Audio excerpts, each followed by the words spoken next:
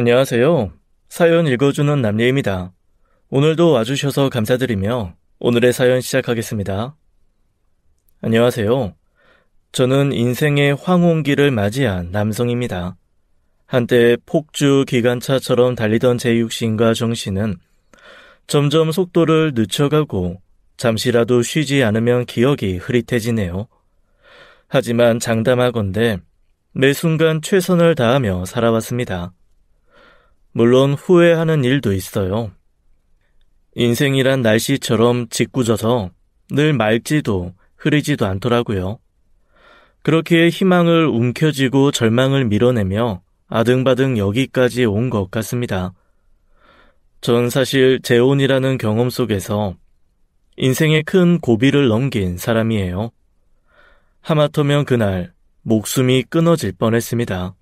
생생하게 기억하고 있어요. 그날은 눈이 펑펑 쏟아졌죠. 새벽부터 내린 눈은 시간이 지날수록 눈발이 거세졌습니다. 출근하려 평소처럼 자전거를 타고 출근하려는데 아내가 말렸어요. 여보, 눈이라도 좀 그치면 가. 자전거는 위험하니까 두고 가고. 직원들도 당신보다 늦게 출근한다며. 오늘 같은 날은 꽤 좀 부려. 그래도 돼. 왜 안 하던 잔소리를 해. 내 아마는 이 자전거고 여태 사고 한 번 난 적 없잖아. 그리고 어젠 좀 잤어? 전 아내가 걱정돼 물었어요. 당시 아내는 불면증을 겪고 있어 몸이 안 좋았거든요. 어젠 모처럼 잘 잤다고 하더라고요. 전 안심하고 출근을 했습니다. 제가 차가 없어 자전거를 탄 건 아니었어요. 어엿한 중소기업 대표였지만 거칠해라는 걸 몰랐습니다. 회사까지 운동 삼아 자전거 타는 게 낙이기도 했고요. 그런데 익숙한 교차로를 지날 때였죠. 중형차 한 대가 저를 향해 전속력으로 달려오는 게 보였습니다. 안 돼! 전 자전거를 탄 채로 차에 치여 붕 떠버렸어요. 그리고 둔덕의 눈밭에 불썩 떨어졌습니다. 전혀 몸을 움직일 수가 없었어요. 손가락 하나도요. 본능적으로 이거 큰일 났구나. 어쩌면 죽을 수도 있겠다. 공포에 휩싸였죠. 그렇게 의식이 흐려질 때쯤 악마의 속삭이는 듯한 소리를 들었어요. 죽은 거 맞지? 확인해봐. 어설프게 다치면 그것도 골치 아파. 얼른 불 붙여. 흔적 없애게. 어떻게 이럴 수가. 전 나오지 않는 비명을 속으로 질렀어요. 나 좀 살려달라고. 이렇게 죽을 순 없다고. 발버둥을 쳐봤지만 허사였습니다. 곧 죽음이 임박했다는 공포감에 숨이 막혀왔어요. 안 돼. 이렇게 죽을 순 없어. 그날의 기억은 거기까지입니다. 다행히 전 살았고 여러분께 그날의 이야기를 해보려고 합니다. 전 찢어지게 가난한 집에서 태어나 자랐어요. 부모님 사이에 하나밖에 없는 자식이었지만 사실은 안 태어나는 게 나을 뻔했습니다. 에휴, 왜 이런 집에 태어나서. 부잣집에 태어났으면 좋으련만. 아니 남들처럼만 사는 집에 태어났어도. 그 한탄이 결국 벌이 되었는지 엄마는 정신없이 일만 하다 병이 들었습니다. 그도 그럴 것이 제 밥만 간신히 챙기고 엄마는 굶거나 빵이나 과자로 끼니를 때우기 일쑤였어요. 남의 집 허드렛 일을 몇 집이나 해주면서 버스값도 없어서 몇 정거장을 걸어다니고 한마디로 몸을 너무 혹사시킨 거였죠. 병원에 일찍 가고 약만 잘 먹었으면 나았을걸. 영양실조와 과로가 병을 더 키워 엄마는 몸져 누웠어요. 제가 수건을 짜서 엄마 이마 위에 얹어주고 이것저것 챙겼던 걸 희미하게 기억하고 있어요. 아파도 좋으니 엄마가 제 곁에만 있었으면 좋겠다고 매일 밤마다 달을 보면서 빌었던 것 같아요. 엄마가 살아계신 날의 겨울은 그렇게 춥지만은 않았죠. 손발 언다고 얼른 들어오라고 재촉하는 엄마 목소리가 참 좋았습니다. 하지만 기어이 하늘은 엄마를 데려갔어요. 저 11살 때 엄마와 영원한 이별을 맞이했습니다.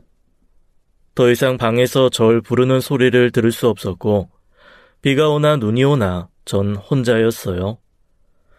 아버진 늘 술에 의지해 살기 시작했죠. 다 내 죄다.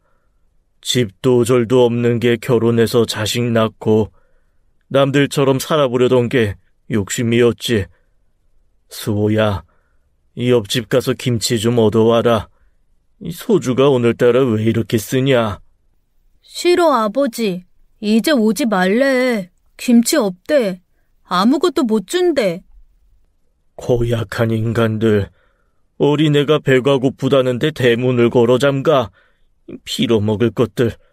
수호야, 옷 입어라. 나가서 국밥이나 한 그릇씩 사 먹자. 국밥이란 소리 듣고 신났지만 늘 실망만 했죠. 아버진 말만 해놓고 모른 척 자기만 했습니다. 돈도 없으면서 저한테 헛된 약속만 하는 분이었어요. 결국 아버진 1년간 술만 엄청 마시다 돌아가셨죠. 전 의지할 데 없는 고아 신세가 되고 말았습니다. 13살의 나이, 1년 사이에 부모님을 다 잃고 저도 제정신이 아니었어요. 가난해도 엄마가 있을 땐 명랑하고 장난치기 좋아했는데 그때부터 말도 없어지고 눈치를 보게 됐죠. 그도 그럴 것이 친척 집을 전전하는 신세가 됐으니까요. 엄마가 떠났으면 아빠라도 애를 돌봐야지. 쟤를 어떡하면 좋아? 쟤 아빠가 나약하잖아.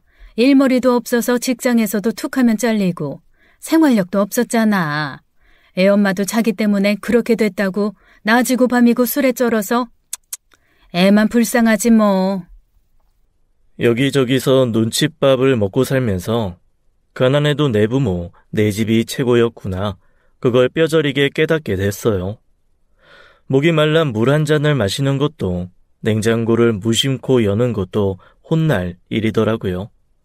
한 번은 두들겨 맞은 일도 있었습니다. 냄비 안에 생선 조림이 너무 맛있어서 저도 모르게 걸신 들린 듯이 밥을 막 퍼먹었는데 누가 제 뒤통수를 퍽 때리는 거였어요. 야, 그만 좀 처먹어. 식구들 저녁으로 먹을 건데 네가 다 먹으면 어떡하니? 왜 때려요? 왜?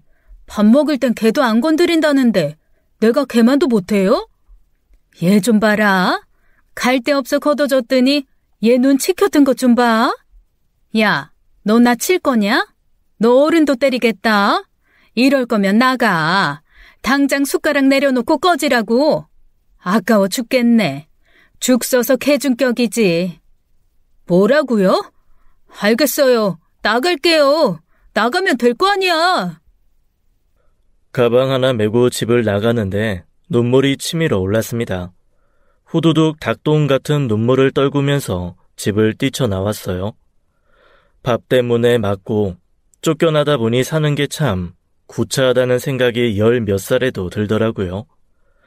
보란듯이 성공해 밥 한 끼 정도는 눈치 안 보고 먹고 살아야겠다. 그런 오기가 생겼습니다.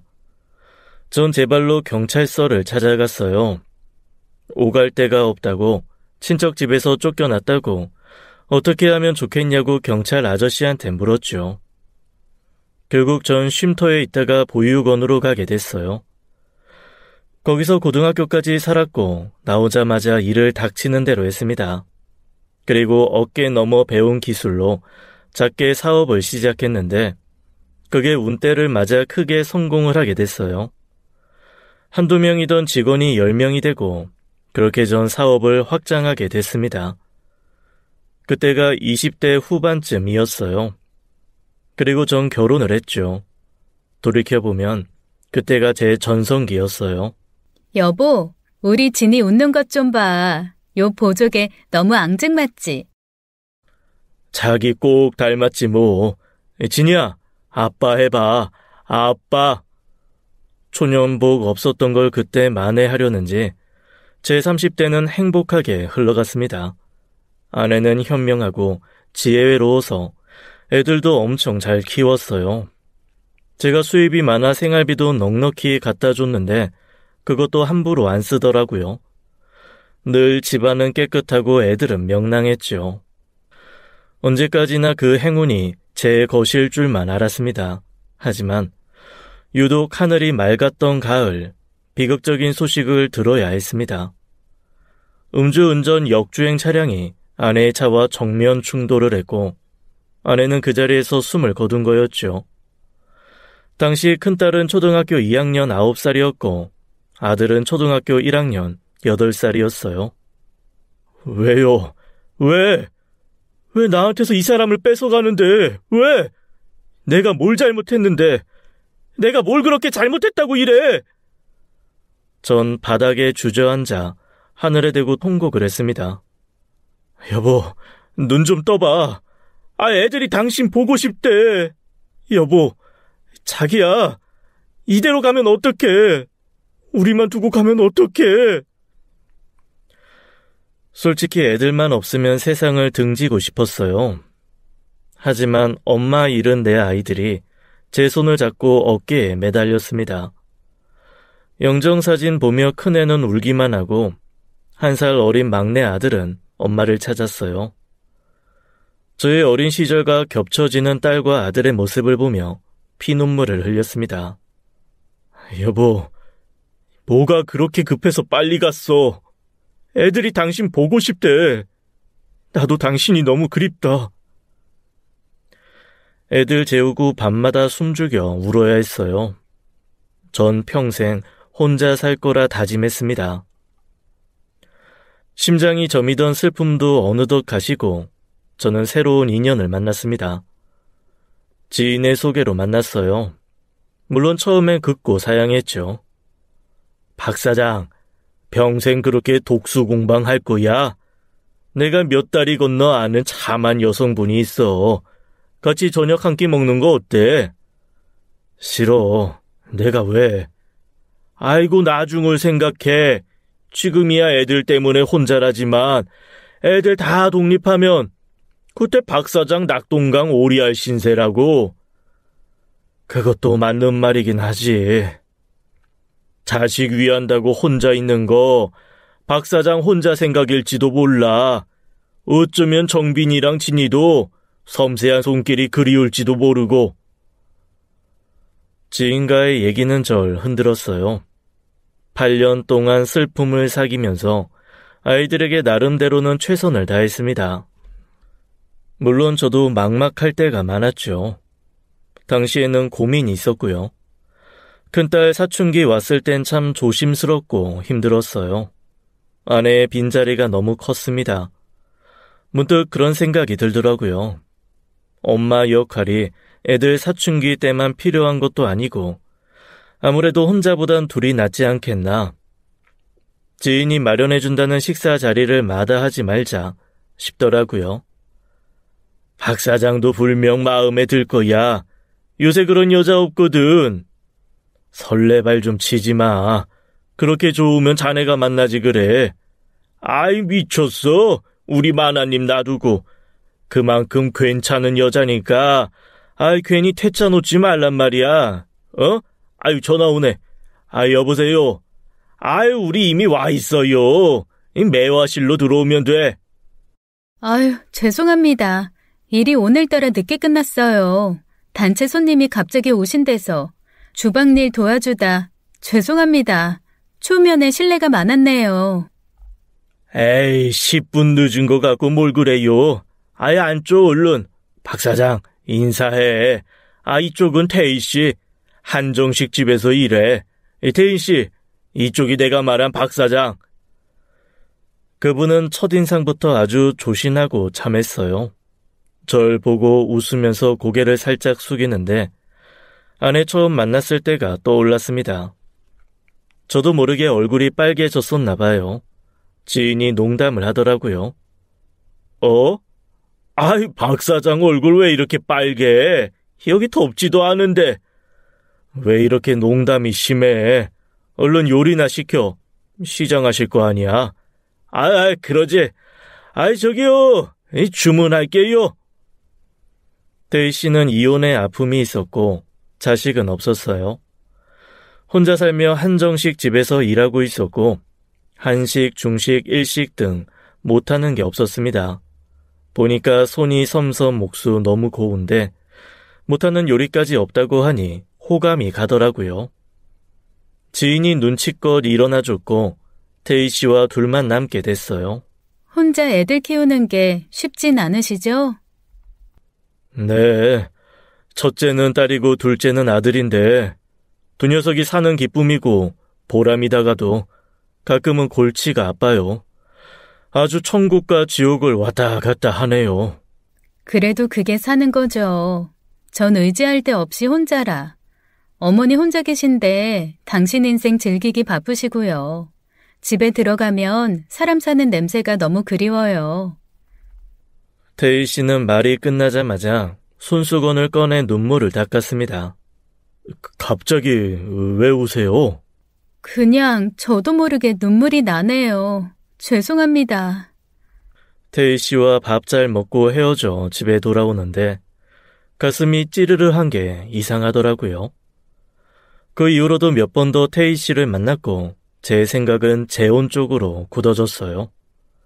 현모 양처 같은 모습, 절 더 배려하는 모습에 바위처럼 굳었던 제 마음이 조금씩 움직이는 게 느껴졌죠. 2계절 정도 지났을까요? 전 재혼을 결심하게 됐고 아이들에게 말하기로 작정했죠. 진이야, 정빈아, 아빠가 할 말이 있다. 저기, 있잖아. 아빠, 왜 그렇게 뜸을 들여? 여자친구 생겼어? 딸애가 아무렇지도 않게 던진 말에 전 당황하고 말았어요. 실은 아빠가 재혼을 할까 싶어. 당장 한다는 건 아니고 너희한테 먼저 묻는 거야. 너희도 고등학생, 중학생이면 컸으니까 아빠 멋대로는 할 수 없잖아. 딸, 아들 다 놀래서 얼음이 됐더라고요. 그런데 아들 눈빛이 평소랑 달라졌어요. 재혼? 엄마 말고 또 누구랑 결혼한다고? 그게 말이 돼? 야, 아빠가 우리한테 허락 구한다잖아. 넌 그 아줌마 어떤 사람인지 궁금하지도 않아? 안 궁금해. 왜 궁금해? 난 싫어. 우리 집의 엄마는 한 사람뿐이야. 아빠, 왜 재혼을 하는데 갑자기 왜? 아들의 격렬한 반대에 무슨 말을 해야 할지 모르겠더라고요. 그 와중에 큰딸이 지 동생을 다독이네요. 얘 황당하네. 아빠가 그럼 우리 둘 때문에 평생 혼자 살아야겠어? 너도 나도 나중에 성인 되면 여친 남친 생기는데 아빠만 외롭게 혼자 살아? 누난 엄마가 그립지도 않아? 난 지금도 매일매일 엄마가 보고 싶어. 엄마 사진 매일같이 본다고. 아빠 여태 다른 여자 있는 거 어떻게 봐? 누나 그거 볼 수 있어? 정빈아, 아빠 말 좀 들어봐라. 싫어. 나 집에 갈래. 아들은 가게를 뛰쳐나갔고 정신없이 쫓아나갔습니다. 그 녀석 얼마나 빠른지 보이지도 않더라고요. 속이 상해 미칠 것 같았습니다. 딸이 동생을 막 부르더라고요. 정빈아! 야, 이 꼴통아! 아빠, 그냥 내버려둬. 아직 철이 없어서 그래. 난 어떤 분인지 보고 싶어. 내가 정빈이 달래볼게. 다음 날 아침, 정빈이는 아침도 안 먹고 울어서 퉁퉁 부은 얼굴로 학교에 갔습니다. 이 재혼, 어렵겠다 싶어 헤어지자 말하려고 태희 씨를 만나면 그 결심이 또 흐려졌어요. 너무나 착하고 배려심 깊은 그 모습에 8년간의 독수 공방, 짙은 외로움을 보상받고 싶다는 생각도 들었습니다. 그 와중에 딸 진이와 태희 씨가 만나게 됐어요. 같이 밥을 먹고 착하지 마셨죠. 고등학생이라고 들었는데 이렇게 어른스러울 줄 몰랐네요.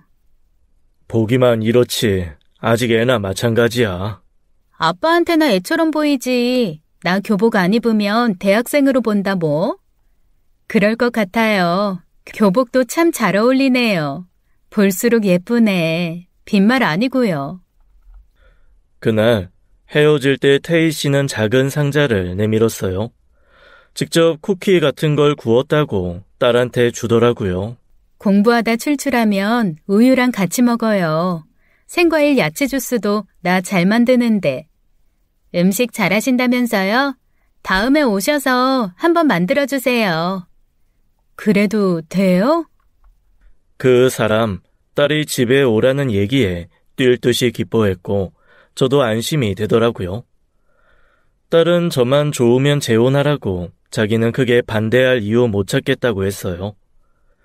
정빈이 그러는 거 너무 신경 쓰지 말라고 하더라고요. 아들은 평소에도 1살 위 누나 말을 잘 들었어요. 제 엄마 그렇게 되고 둘이 의지하며 커왔으니까요. 전 결국 재혼을 결심하게 됐습니다. 그게 아이들을 위해서도 나은 결정이라 믿으면서요. 조촐한 결혼식 후 태희 씨가 집에 들어왔고 어색하지만 익숙해져야 할 새로운 생활이 시작됐습니다. 딸과 아내는 새엄마, 딸 불러가며 그런대로 잘 지내는 것 같았죠. 하지만 아들은 점점 더 엇나가더라고요. 전 일부러 넓은 집으로 이사까지 했는데 그걸로 아들이 거사게 항의를 했어요. 왜 엄마의 추억이 깃든 집을 놔두고 이사를 하냐고 절대로 따라오지 않겠다고 해서 그때도 애를 먹었죠. 그래서 전 알았다. 그 집은 새 안 주고 비워둘 테니 네가 언제라도 가고 싶으면 가라고 했습니다. 그래서 빈집에 도우미 이모님을 불러 청소까지 하시게 했어요. 재혼한 아내도 정빈이와 친해지려고 노력을 했지만 쉽지 않았죠. 함께 밥을 먹는 일도 쉽지 않았습니다. 여보, 아귀찜 했는데 칼칼하게 잘 됐어요. 먼저 한 입 들어봐요. 정빈이가 좋아한대서 해봤는데 어때요? 너무 맛있는데. 정빈아, 나와서 저녁 먹자. 너 좋아하는 아귀찜이야. 저도 사업하느라 바빠서 아침이나 저녁 한 끼만 애들이랑 먹을 수 있었는데 정빈이는 새엄마를 맞은 후엔 방에 나온 적이 없었습니다. 정빈아, 나와 보라니까. 아빠나 많이 드세요. 뭐? 너 말버릇이 그게 뭐야? 여보, 비켜봐요. 화내지 말고. 정빈아, 밖에서 먹기 싫으면 쟁반에 차려서 방에 넣어줄까? 아들은 묵묵부담 말이 없었습니다. 그러더니 불쑥 나와 현관으로 가네요. 나 독서실 가요. 저녁은 신경 쓰지 마세요. 새벽에 들어올 거니까. 정빈아, 너 언제까지 이럴 거야? 이런 일이 매일 반복됐죠. 아내는 혼자 우는 것 같더라고요. 어떤 날은 생각에 잠겨 혼자 베란다에 있다가 들어오기도 하고요. 아들이 저리 뻗대니 저도 골치가 아팠습니다. 사실 재혼은 아이들을 위한 게 더 컸어요. 물론 친엄마만 한 사람은 없죠. 그래도 심성 고운 새엄마 만나 오손도손 살면 마음의 위안이 될 거라 생각했는데 제 예상은 완전히 빗나가고 말았어요. 가끔은 저도 회의가 들었습니다.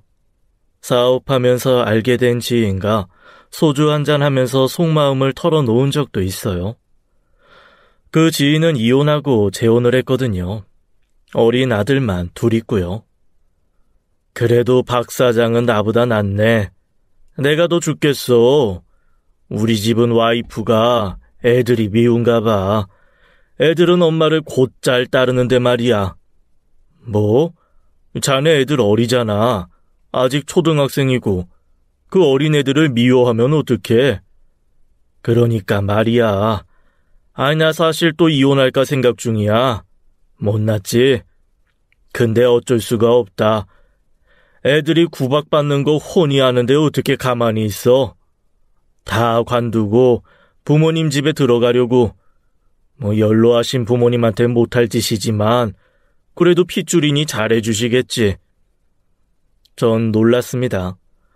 지인 재혼할 때 아내 될 사람이 애들한테 잘한다고 그 점이 좋아 결혼한다고 싱글벙글 했거든요. 재혼이 이렇게 어렵다는 걸 다시 한번 느꼈죠. 박 사장은 운이 좋아.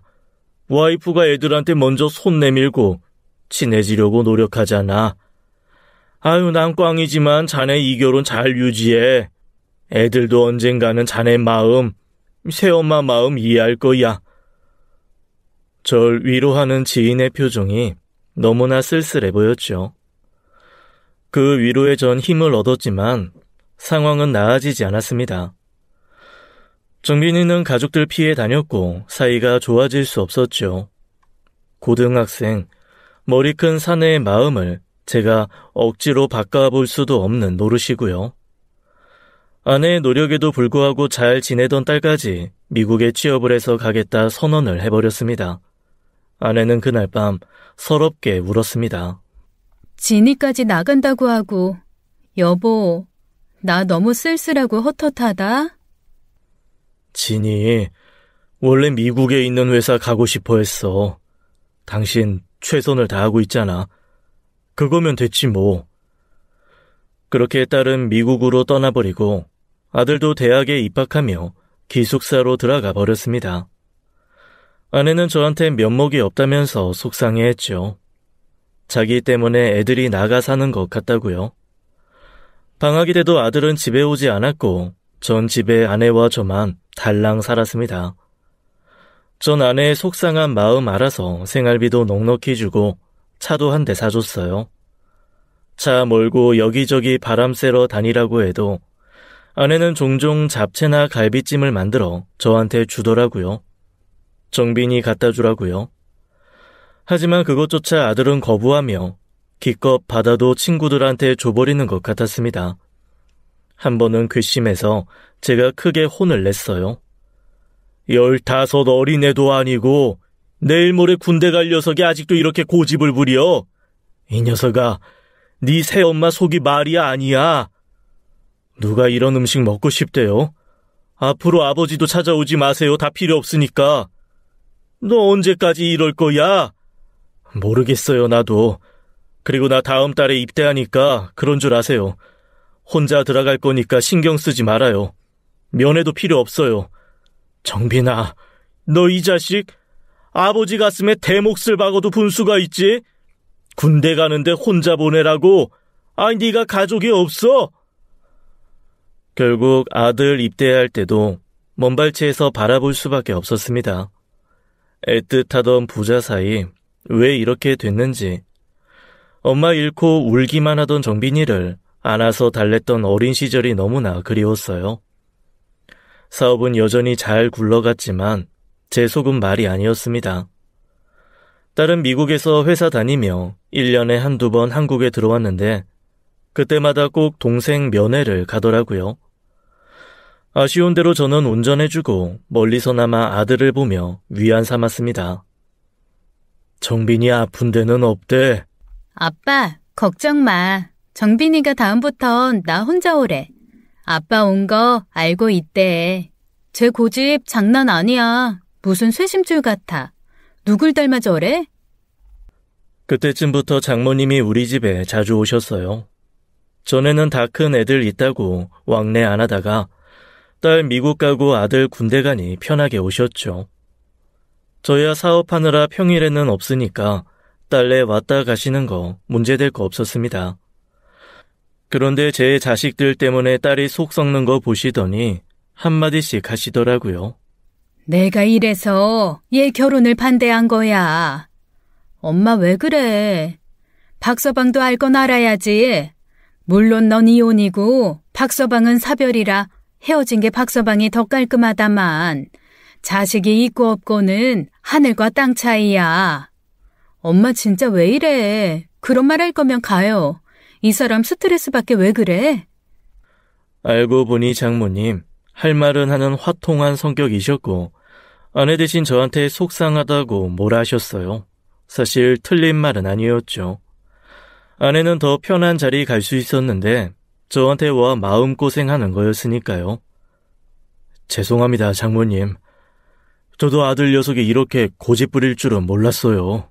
그래서 이 사람이 나한테 얼마나 잘해주는데 엄만 괜히 그러셔. 여보, 신경 쓰지 마. 장모님은 그런 건 고맙다 하시면서도 마음 편히 사는 게 제일이라고 저를 나무라셨어요.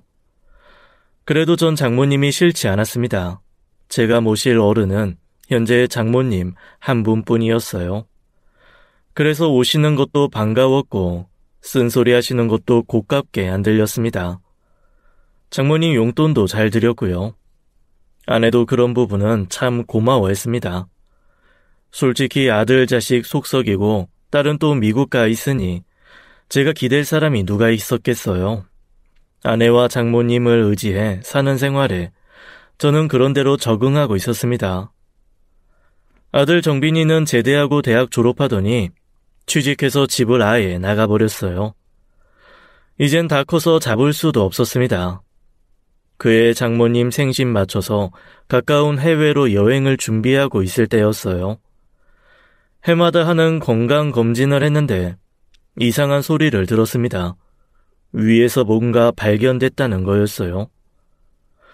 위암 2기 진단을 받게 된 거였죠. 아내는 하늘이 무너질 듯 우는데 전 고민에 빠졌습니다. 애들에게 이 사실을 알려야 할지 쉽게 결론이 안 나더라고요. 고민 끝에 애들한테는 말하지 않고 암 투병을 시작했어요. 절제 수술로 항암을 하고 있는데 딸한테 연락이 왔습니다. 아빠, 나 여름에 한국에 들어갈 건데 이번에 같이 제주도 갈래요? 정빈이도 억지로 끌고 가자. 진이야, 한국 들어오려고? 응, 왜? 아빠 딸내미 안 보고 싶어? 보고 싶지. 근데 제주도는 힘들지 싶다. 친구들이랑 다녀와. 아니, 가을에 들어오는 건 어때? 나 휴가 엄청 기다리고 있단 말이야. 한국 가려고. 그때 아내가 제 핸드폰을 받아들더니 이렇게 말을 하네요. 진이야, 아버지가 많이 아프셔. 너희한텐 알리지 말라고 하시는데 난 아닌 것 같다. 지금 항암 중이셔. 항암이라고요? 왜요? 우리 아빠 암이에요? 언제 진단받았어요? 충격받은 딸은 더 말을 잇지 못했고 아내는 지금 제 상태를 딸에게 전했어요. 그리고 다음날 새벽 아들이 집에 쳐들어왔어요.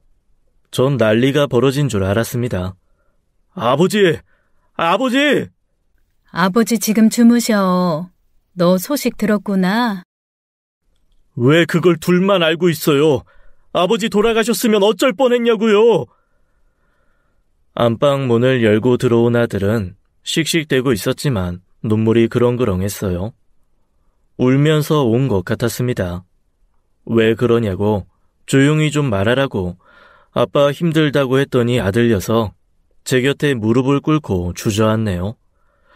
그리고는 닭똥 같은 눈물을 뚝뚝 흘려요. 아빠, 내가 잘못했어.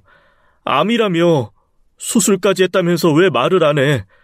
그러다 잘못되기라도 했으면 어쩌게. 나 끝까지 불효자 만들려고 했어? 잘못되긴 녀석아. 병원에서 하라는 대로 하면 완치도 불가능한 일은 아니랬어. 아, 왜 울고 그래? 아침 대바람부터. 내가 안 울게 생겼냐고요. 아들은 그렇게 곁에서 한참을 울었고 저도 오랜만에 아들 손을 잡고 그리운 얼굴을 오래도록 들여다볼 수 있었어요. 그날 이후 아들은 달라졌습니다. 새엄마한테도 깍듯하게 잘하고 올 때마다 뭘 사오더라고요. 월급 받는 직장인 됐다며 어른 노릇해야 된다고요. 그러는 녀석이 너무 기특하고 또 고마웠습니다. 오랜 세월의 빗장을 풀고 저와 아내한테 다가오는 모습은 보고 또 봐도 질리지 않았어요. 그런 행복, 기쁨 덕분인지 암이라는 것은 제 몸에서 사라졌습니다. 완치 판정을 받았을 때 정말 실감이 나지 않았어요. 저보다 더 기뻐하는 가족들을 보며 그제야 안도할 수 있었습니다.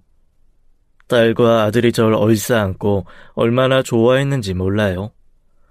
그동안의 일들이 영화처럼 지나가며 저도 애들 앞에서 조금 울었던 것 같습니다. 축하 파티 한다고 집에서 네 식구가 모여 앉았어요. 아들은 아내에게 와인을 따라주며 이렇게 말했습니다. 어머니, 수고 많으셨어요. 너 방금 뭐라고 했니? 어머니요. 어머니. 여보, 들었지? 나 지금 꿈꾸는 거 아니지? 아내는 눈물을 철철 쏟았습니다. 아들은 그동안 너무 죄송하고 또 감사했다며 아버지를 살린 건 어머니라고 절까지 하더라고요. 버티고 살았더니 이런 날도 오는구나. 저 또한 깊은 감동을 느꼈고요. 아내는 정빈이에게 그동안 속 썩인 거 없다고, 이렇게 엄마로 인정해줘서 너무 고맙다고 아들을 안아줬습니다. 하지만 전 꿈에도 몰랐어요. 아내의 이런 행동이 모두 철저한 계획 아래 이루어졌다는 것을요. 아내는 제가 암 완치 판정을 받은 이후 몰라보게 변했습니다. 같은 사람이 맞나 싶을 정도로요. 여보, 고생했어. 앞으로 우리 돈 아끼지 말고 좋은 거 먹고 여행도 많이 다닙시다. 그런데 아내의 반응은 뜻밖이었죠. 이것 좀 봐. 나 진단서 떼어왔어. 진단서? 내 거? 아니, 나 우울증이래. 공황장애도 있고. 당신이 왜? 당신 암이었어. 가벼운 감기 아니고 암. 내가 당신 병수 바라는 거 쉬웠는 줄 알아? 알게 모르게 당신 짜증 부리는 거 비위 다 맞춰주고 나 하고 싶은 건 다 참았다고. 그랬더니 이렇게 된 거야. 충격이었습니다. 병고안이 쉽지 않다는 거 모르진 않았지만 투병하는 내내 싫은 소리 하나 안 하던 사람이었어요. 하지만 아내 말도 납득이 됐습니다. 하기 싫은 것도 힘든 것도 다 참다가 한꺼번에 폭발했나 싶더라고요. 전 미안하다고 내가 뭘 하면 되겠냐고 물었죠. 그냥 나 좀 가만히 내버려둬. 어딜 나가도 나가나 보다 하고 물어보지 마. 한동안 자유롭고 싶어. 밧줄로 묶어놓고 어딜 못 나가게 한 것도 아닌데 저도 인간인지라 저런 소리를 들으니 욱하더라고요.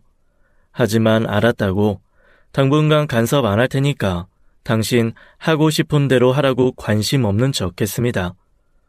그랬더니 점점 더 아내는 이상해져 갔어요.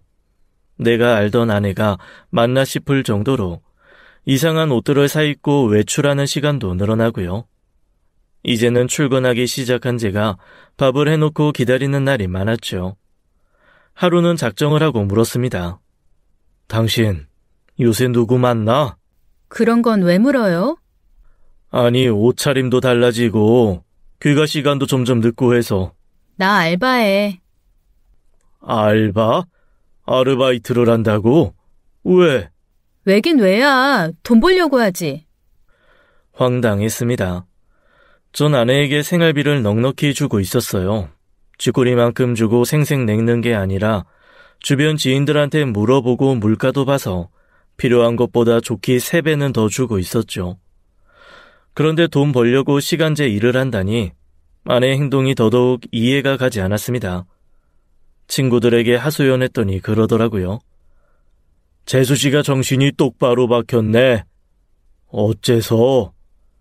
요새 운동 삼아 알바하는 아줌마들 꽤 있어. 집에 있으면 심심한데 몇 시간이라도 일하면 활력 생긴다고 운동 삼아 한다는 거지. 그래도 너무 생뚱맞은 얘기라고. 자기는 일하기 싫다고 본인 입으로 말했었단 말이야. 너 병수발 들다가 변했나 보지. 얼마나 갑갑했겠어? 환자 옆에 있으면서 얼마나 힘들었겠냐. 아유, 당분간 이해해줘. 친구 말에 그럴 수도 있겠다. 또 한번 이해하고 넘어갔죠. 그런데 해도 너무하단 생각이 들었어요. 살림은 아예 내팽개치고 아침에 나가 오밤중까지 뭐 하는지 종일 연락이 안 되는 날도 있었죠. 오죽하면 집에 온 아들이 그러더라고요. 새엄마한테 무슨 일 있냐고요. 저는 아무 대답도 못했습니다. 답답해서 장모님한테 여쭤봤죠. 그랬더니 돌아오는 대답이 걔가 한 번씩 그래. 마냥 착하고 인내심 많고 그런 것 같다가도 한 번씩 방황을 하더라고. 지도 깝깝한 게 있겠지. 왜 안 그렇겠어? 자네가 조금만 참아주게. 내가 붙잡고 얘기해볼게. 내 딸이지만 나도 걔 가끔은 이해가 안 가. 돈 잘 벌어오는 남편 있겠다. 자식들이 잘 따르겠다. 뭐가 걱정이야? 장모님밖에 없어요. 붙잡고 얘기를 좀 잘해주세요. 영 마음을 못 잡는 것 같아요. 무슨 고민이 있는 건지. 무슨 고민이 있어 있기는. 너무 팔자가 피니까 감당이 안 되나 보지. 걱정 말게 박서방. 괜히 스트레스 받지 말어. 그렇게 통화를 마무리하고 전 기다리기로 했습니다. 현숙하고 지혜롭던 아내에게 무슨 일이 생긴 건지 너무 답답하고 걱정됐지만 참고 기다리기로 했죠. 아내는 며칠씩 집을 비우기도 했어요. 너무 답답하고 힘들어서 여행을 다녀와야겠다고 하면서요. 제가 카드를 주니까 현금을 달라고 하더라고요. 전 또 군말 없이 그렇게 해줬습니다. 그렇게 해서라도 아내의 방황이 끝나기를 바란 거였어요. 딸도 제 얘기를 듣더니 새엄마 말 들어주라고 하더라고요. 그동안 정빈이도 속 썩이고 얼마나 힘들었겠냐고 참아왔던 게 한꺼번에 터진 걸 수 있겠다면서요. 아들, 딸, 장모니까지 그렇게 말하니 별 도리가 없었습니다. 낌새가 이상하긴 해도 제 기우겠거니 했어요. 그러다 충격적인 사실이 드러나게 됐죠. 아내에게 큰 대출과 카드 빚이 있다는 걸 알게 됐어요. 어느 날 아내가 잠시 화장실 들어간 사이 문자 내역을 보게 됐고 그때 마침 카드사에서 전화가 온 거였어요. 아내한테 감당 못할 빚이 있다는 걸 그때 싹 다 알게 됐습니다. 그동안 우편물도 꼭 자기가 먼저 봐야 한다고 전 손도 못 대게 하더니 여기저기서 대출받은 흔적이 모조리 드러나게 됐어요. 이게 다 빚이라고? 이렇게 큰 돈을? 아니, 이 사람이 어디서 뭘 하고 다니는 거야? 황당하고 어이가 없는 와중에 이건 뒤를 좀 캐봐야겠다 싶어 알아봤더니 대출받을 수 있는 건 모조리 동원했더라고요. 일말의 의심도 없이 믿고 있던 아내에게 뒤통수를 이렇게 세게 맞을 줄 정말 몰랐습니다. 너무 큰 충격에 실제로 뒷목이 얼얼하더라고요. 아내는 변명도 하지 않고 입을 꽉 다물었어요. 미치고 팔짝 뛸 지경이었죠.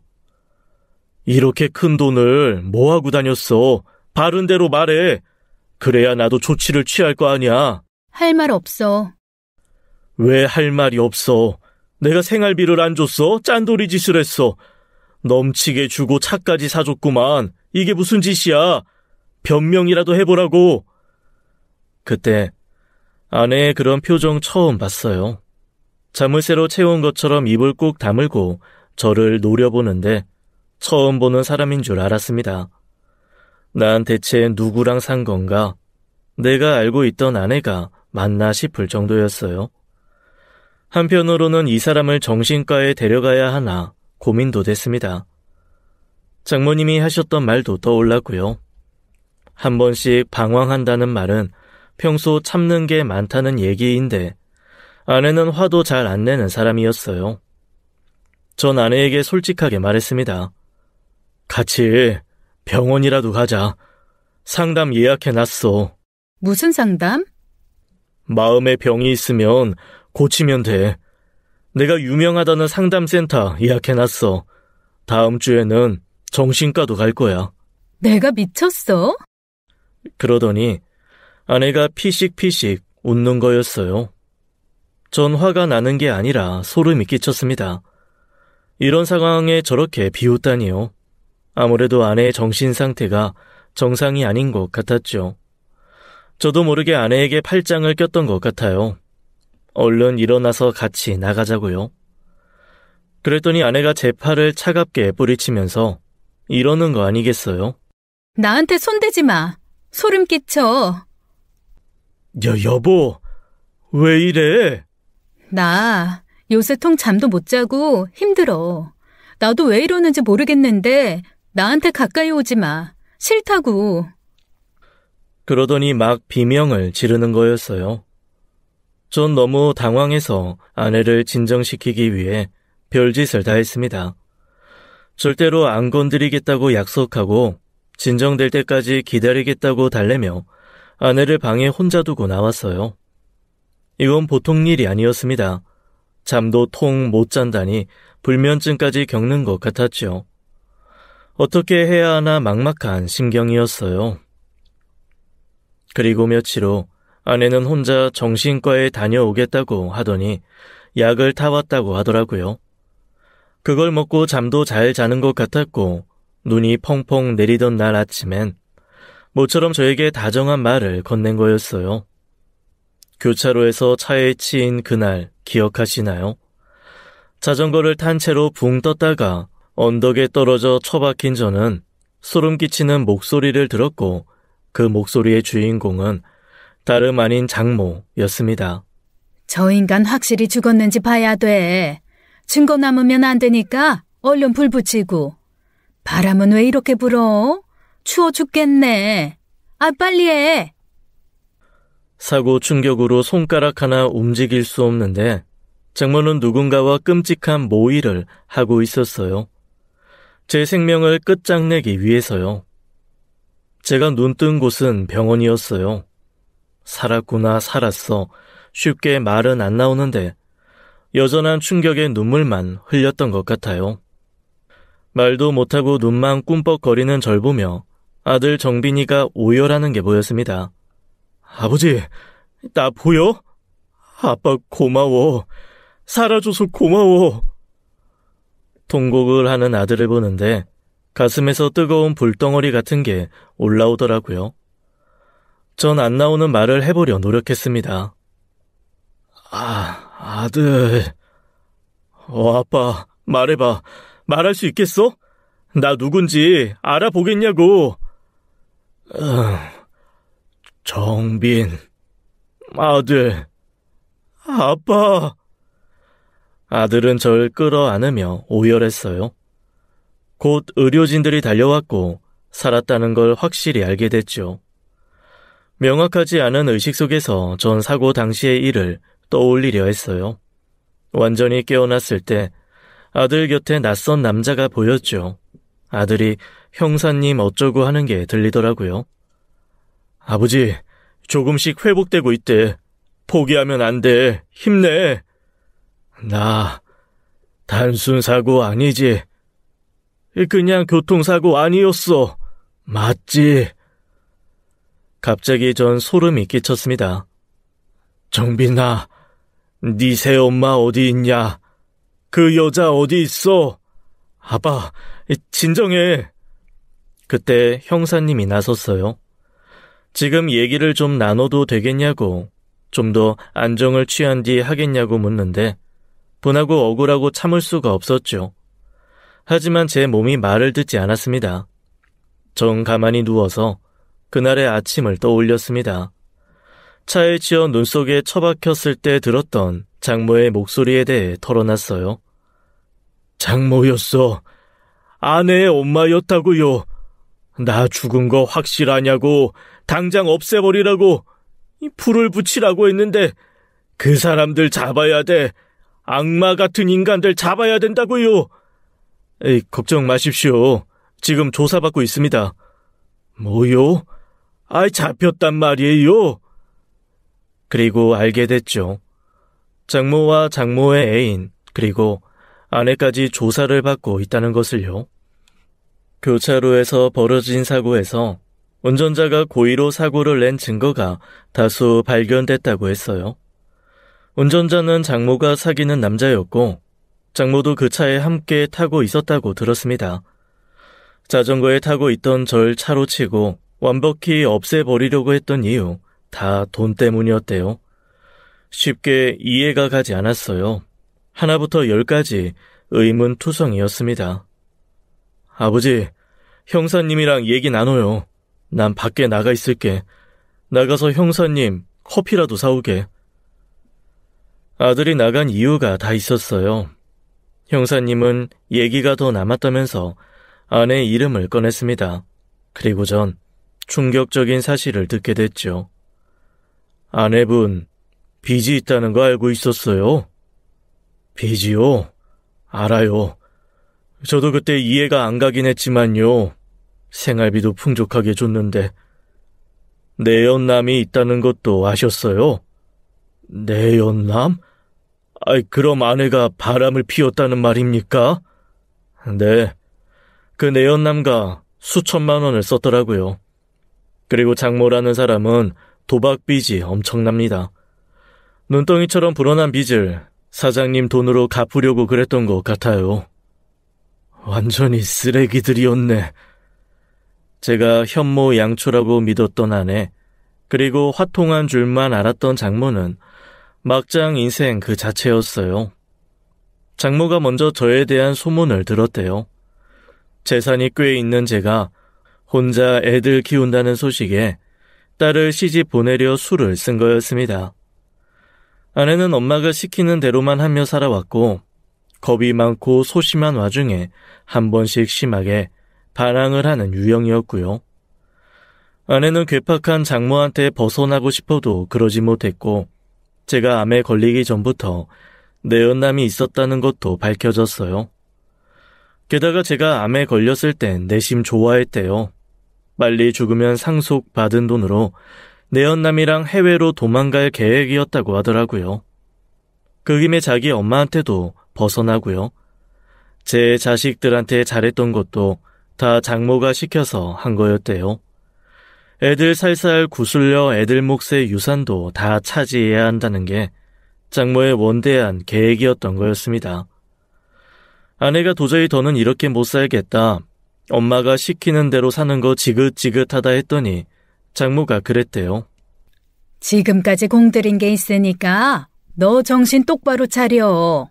이왕 이렇게 된 거 어쩌겠어. 너 그 기생오라비처럼 생긴 애랑 살림 차릴 거면 엄마가 하자는 대로 해. 가만히 앉아서 구경이나 하라고. 대신 입 꾹 다물고. 남의 돈 꽁으로 갖는 게 쉬운 일인 줄 알아? 구체적인 범행 계획을 세운 건 장모의 머리에서 나온 거였습니다. 애인에게 운전을 시키고 아내에겐 사고 당일 아침까지도 저한테 잘하라고 당부했대요. 아주 뱀같이 교활하고 질이 나쁜 인간이었죠. 그 장모란 여자, 남 등쳐먹는 일에 도 같았어요. 사기 전과까지 있어 한동안 콩밥 신세 못 면할 겁니다. 충격도 충격이지만 누구보다 아들 앞에서 고개를 들 수가 없었습니다. 아들도 그런 제 마음을 눈치챈 것 같았죠. 아버지가 뭐 죄졌어? 면목 없을 인간들은 그 쓰레기들이지. 아버지 피해자야. 우리 다 같이 속았잖아. 천벌받을 인간들. 그리고 미국에 살던 딸도 들어와 정빈이와 교대로 저를 간호했어요. 속상하고 미안했는데 우리 애들 귀찮은 내색도 않고 저한테 잘했습니다. 하늘이 도왔어, 아빠. 그때 아빠 잘못했으면 어쩔 뻔했어. 미안하지만 아빠 운명의 여자는 우리 엄마밖에 없나 봐. 어떻게 생각해? 불난데 기름 붓나? 네 말이 맞다. 아빠가 괜한 욕심을 부렸어. 그런 악마들인 줄도 모르고. 난 속 시원해. 다 까발려졌잖아. 이제 잘 회복할 생각만 해, 아빠. 그렇게 악마와의 한 집 동거는 끝이 났어요. 그들의 악행도 다 까발려졌고요. 모든 게 천운이었습니다. 그날 눈이 내려 언덕에 눈이 쌓이지 않았다면 전 더 큰 부상을 입었을 거예요. 결국 교차로에서 절 고의로 친 교통사고의 주범 장모와 장모 A는 살인 미수 및 교사 혐의로 처벌을 받게 됐어요. 절 해치려던 증거가 확실해 징역 6년을 선고받게 됐습니다. 도박을 국내에서도 모자라 해외 원정까지 가면서 하는 바람에 빚이 엄청났다고 하더라고요. 그걸 다 제 돈으로 메우려고 했고요. 아내는 범행을 막은 것이 인정돼 집행유예를 받았습니다.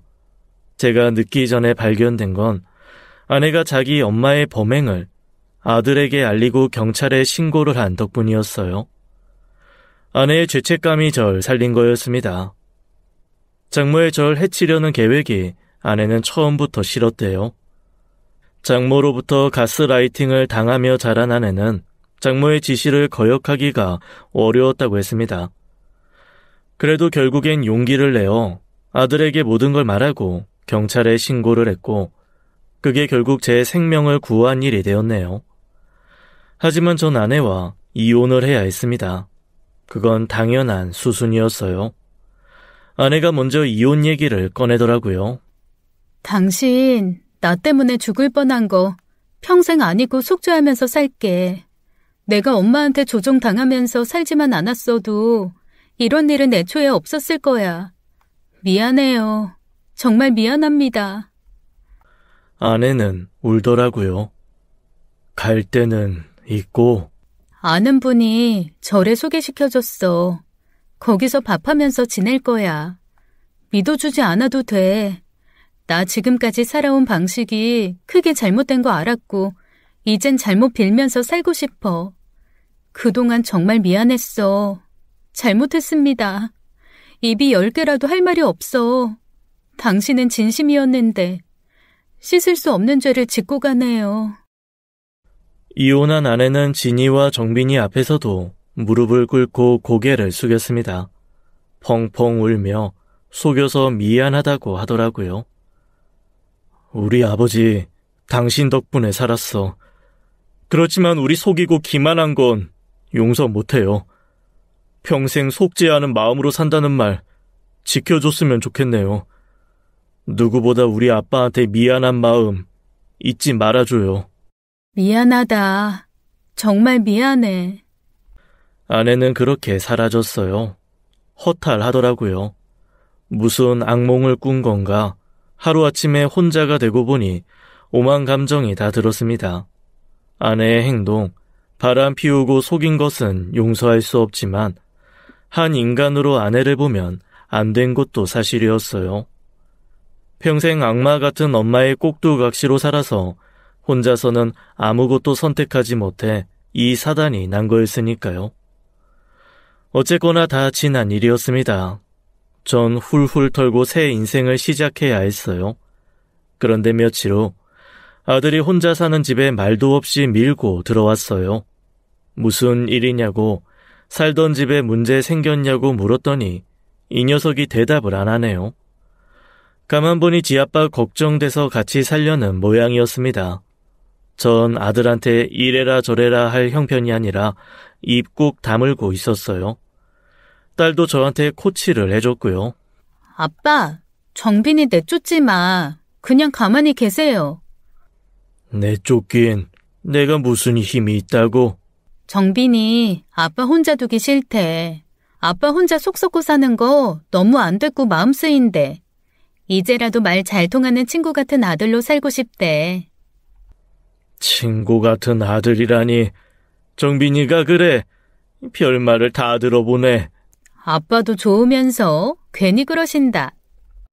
그렇게 아들은 저랑 몇 년을 살았고 정말 친구처럼 같이 낚시도 갔고 등산도 다니며 참 많은 얘기를 나눴습니다. 이 녀석 제 아들이지만 잘 컸더라고요. 하늘에 있는 제 엄마가 기특하다 여겼겠어요.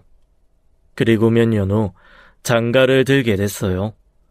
신혼집을 얻었는데 제 허락도 없이 가까운 데 얻었더라고요.